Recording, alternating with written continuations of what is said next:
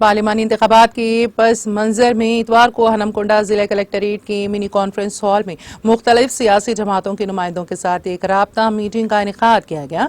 इस मौके पर कलेक्टर सुख्ता पटनायक ने मुख्तलिफ सियासी जमातों के नुमाइंदों से कहा है कि इंतखाबात पुरअमन माहौल में होने चाहिए और हर पहलू इंतखाबी कवायद के ताबे होगा।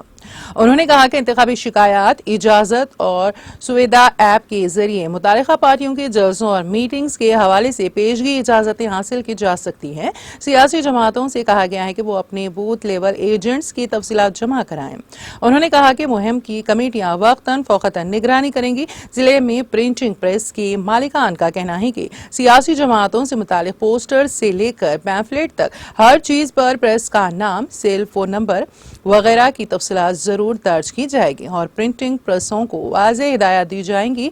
वो सिमत इन्होंने कहा है कि जिले के पोलिंग मराकज में बुनियादी ढांचा जैसा कि बिजली, मीठा पानी, बैतुल खला, शामियाना, माजूरों के लिए रैंप, व्हील चेयर्स वगैरह फराहम किए जाएंगे।